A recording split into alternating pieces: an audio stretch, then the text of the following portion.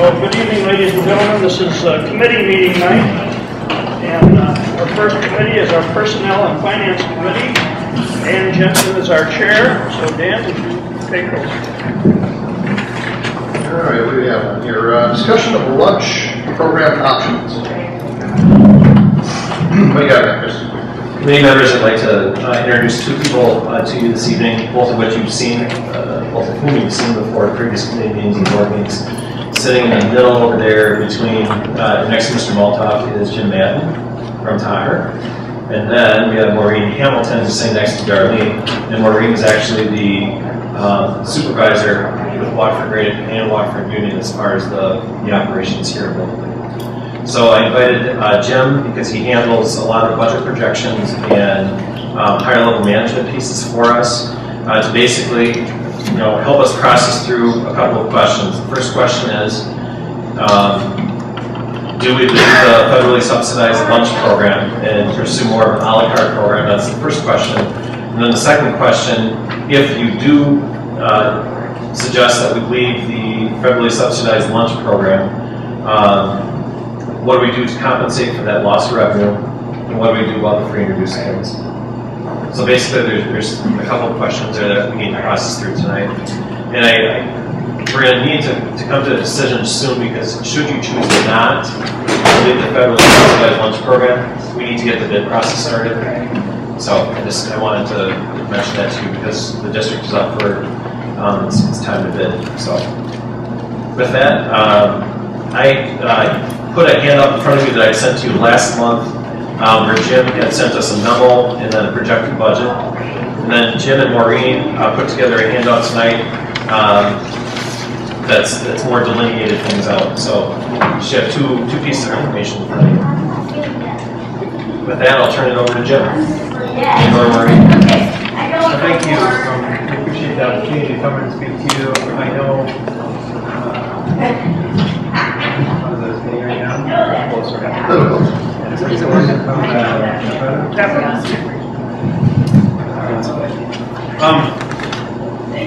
I thought we should start off by just kind of reviewing a little bit about the U.S. Excuse me, evidently you're not coming through.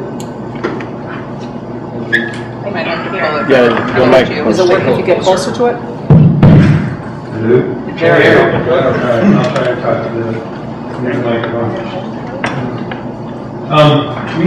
We have gotten a few requests from other school districts this year based on some changes coming next year with snack guidelines. But I thought we would go back and kind of review the changes that took place at the beginning of last year and kind of bring them to speed and remind you about some of those things because it certainly changed school lunch more than it had in the last 20 years before that point.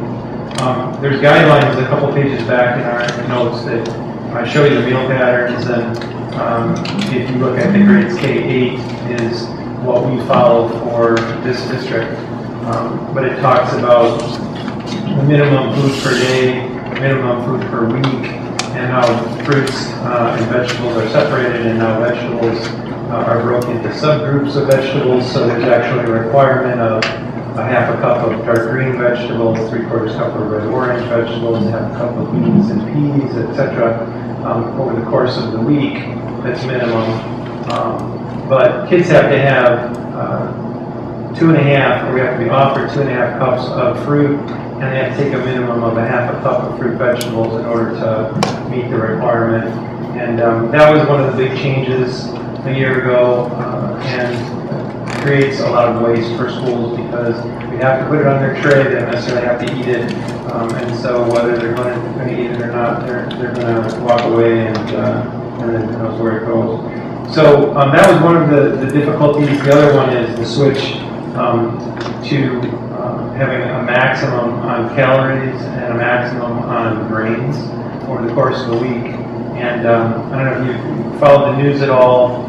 They waived that about October of the first year, and then they waived it for this school year, and then as of a few weeks ago they made the announcement that they waived it permanently.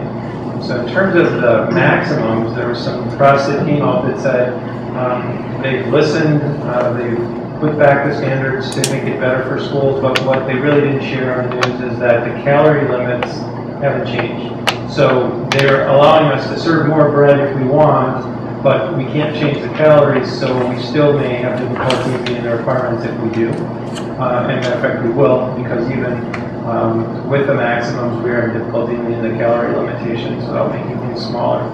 So like the sub bun that we used to serve, a 6-inch sub bun that you might find at Subway, now it's more like a hot dog bun because we had to make the size smaller.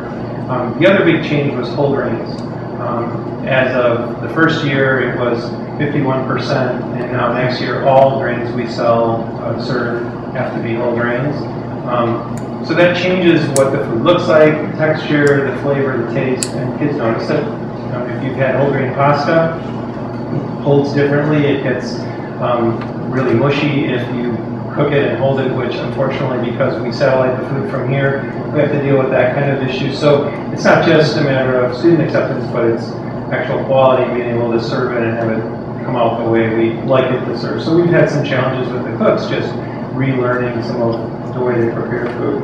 But the student acceptance on the whole grains has been an issue. The pizza went down to a smaller whole grain because it doesn't rise as much. It's a thinner crust pizza. So we've had to make those changes. Then another challenge has been vendors having difficulty meeting the requirements themselves. We have Sarah Lee, which is a big bread company. We have to bid out bread and milk every year. They won the bid, but we can't get a hot dog bun or a dinner roll that meets the requirements right now through those two companies, and have to buy from a different vendor, and they're trying to formulate the right one. So they've made it pretty complicated, not just for schools, but for the vendors as well. They originally waived the grain requirement for the maximums in order to give vendors more time. But again, we're still having difficulty getting the product a year and a half into it. There's definitely a lot more investment in time to try and deal with the regulations. Time not only for us that's backing up the cooks and Maureen certainly, with dietitians and chefs coming up with recipes and formulating things and looking for alternative products, but the staff themselves spend a lot more time in paperwork and filling out production records and logging the subgroups and making sure we're in compliance that way. So there has been a lot more time spent just trying to get to that point rather than just worry about feeding the kids. Next year, snack guidelines will take effect. And the snacks are anything that's sold outside the lunch program. Here in Waterford Graded, it's not a huge amount of products because Fox River has a fairly limited a la carte, but basically anything that's not a lunch, whether it's an entree sold or a bag of chips or a drink or anything else, has to be in compliance. And those new requirements are so restrictive, especially at high schools where there's open campus, that a lot of schools have asked us to at least talk about what that impact is going to be, and it's difficult, but we expect probably a 40% decline in a la carte sales for some of those schools, which obviously creates some financial issues. But the bigger piece is that if the school has an open campus, kids are going to go wherever they want during lunch, and so it's going to draw more kids away from the program if they don't get the things that they're looking for there.